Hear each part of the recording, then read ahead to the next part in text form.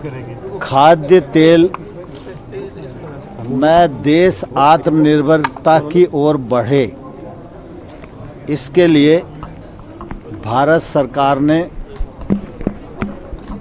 खाद्य तेल mission oil palm प्रारंभ किया है।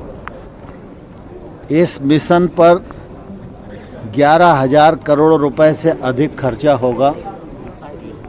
राज्यों के साथ मिलकर इस काम को हम मंजिल तक पहुंचाना चाहते हैं। ऑयल पाम की खेती की दृष्टि से वैसे तो देश भर में 28 लाख हेक्टेयर भूमि अनुकूल है, लेकिन अकेले पूर्वोत्तर क्षेत्र में 9 लाख हेक्टेयर भूमि और जलवायु यह ऑयल पाम की खेती के लिए इजाज़त देती है। नॉर्थ ईस्ट आगे बढ़े, यहाँ के किसानों की आमदनी बढ़े, यहाँ निवेश आए, युवाओं को रोजगार के अवसर सृजित हों, इस दृष्टि से भारत सरकार ने ऑयल पाम की खेती के लिए पूरे देश के साथ साथ नॉर्थ ईस्ट को और अंडमान निकोबार को प्राथमिकता दी है। किसानों को उनके उत्पादन का वाजिब दाम मिले, इसकी आश्वस्ति और इसकी प्रक्रिया को सुनिश्चित किया है। इंडस्ट्री आए, निवेश करे, उसको रॉ मटेरियल और प्रोत्साहन करने के लिए जो आवश्यक सुविधाएं हैं वो देने की आश्वस्ति की है। आज गुवाहाटी में सारे पूर्वोत्तर राज्य की सरकारों के प्रतिनिधि उपस्थित हैं, किसान उपस्थित हैं, बिजनेसमैन उपस्थित हैं और सभी लोग मिलकर ऑयल पाम के इस मिशन को आगे बढ़ाएं।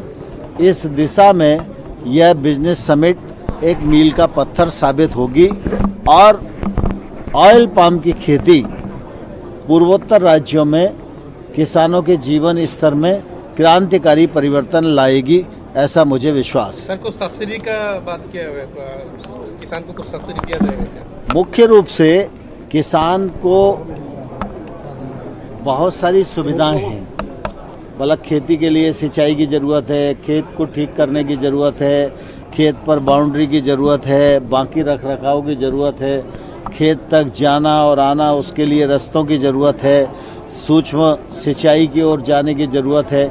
इन सब में भी उसको किसान को सुविधाएं दे रहे हैं, लेकिन मुख्य रूप से किसान के साथ एक दुविधा रहती है कि वो जिस फसल की ओर जा रहा है उस फसल का वाजिब दाम उसे मिलेगा या नहीं मिलेगा, एक बात। और वाजिब दाम मिले इसके लिए मार्केट की उपलब्धता है कि नहीं। तो इस मिशन में, इस पॉलिसी में एक तरफ हम लोगों ने ये सुनिश्चित किया है कि प्रोसेसिंग इंडस्ट्री नॉर्थ ईस्ट में आए और ये पॉलिसी के साथ ही साथ प्रयत्न हुआ है और आज इसी का परिणाम है कि यहाँ इंडस्ट्री लगाने वाले लोग भी उत्साहित होकर इस समिट में मौजूद हैं। और दूसरा, जो किसान है वो अपना उत्पादन करेगा और उसको उत्पादन का वाजिब दाम मिले। ये अंतर्राष्ट्रीय भाव तेल के नीचे ऊपर होते रहते हैं, तो कई बार कम हो जाता है तो किसान को उसका नुकसान झेलना पड़ता है। तो प्रधानमंत्री जी ने ये तय किया है कि हम लोग एक औसत रेट तय करेंगे।